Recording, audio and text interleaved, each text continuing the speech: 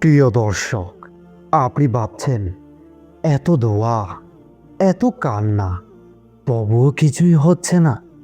মনে হচ্ছে আল্লাহ হয়তো আমাকে ভুলে গেছেন। না, আল্লাহ কাউকে ভুলে যান না।